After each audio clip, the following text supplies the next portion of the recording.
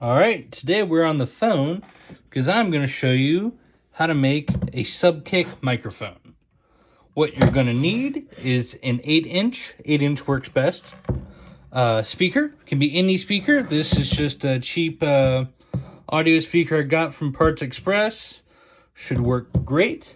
You need an XLR, need some heat shrink, a soldering iron, and some wire strippers. And maybe something to hold the wires if you got little bitch hands like I do. Alright, so you cut the female end of the XLR off, and you strip the wires, and you separate them all out.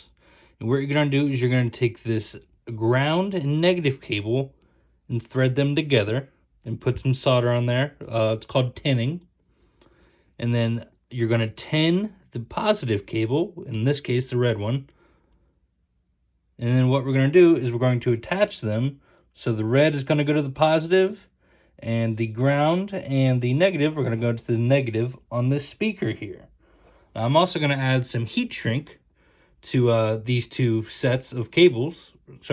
These two sets of wires, so that it looks nice and you don't have any bare wires just chilling around or anything. Alright, so this next part I'm going to show you is called tinning. It's just preparing the wires to be soldered, so we're going to put a little bit of solder on these two wires.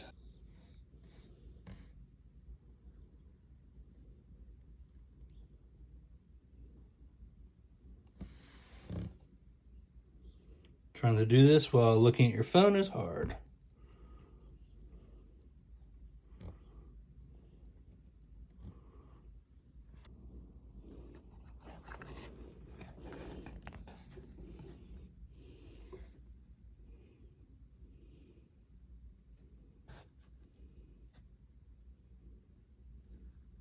Alright, I didn't film it, but as you can see, I just put some solder on the connectors there to make it easier when we go to connect them.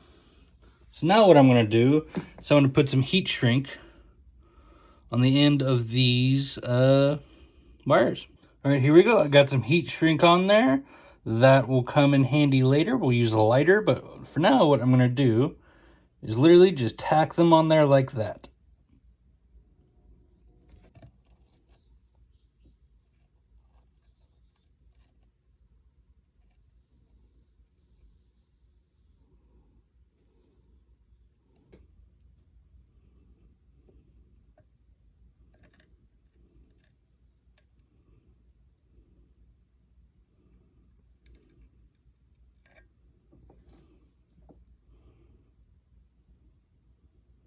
And there we go.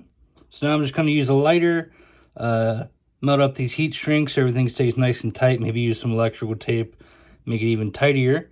But there you go. That is how you make a Subkick. That is all you need to do. It's pretty easy. So you don't have to buy that $600 one from Yamaha or any of those other ones. Just go and make yourself one. Stay tuned. I will do a demo on this, using it for kick drum and bass. And I'll even show you how to make a cool housing for it. Alright, I got everything wired up.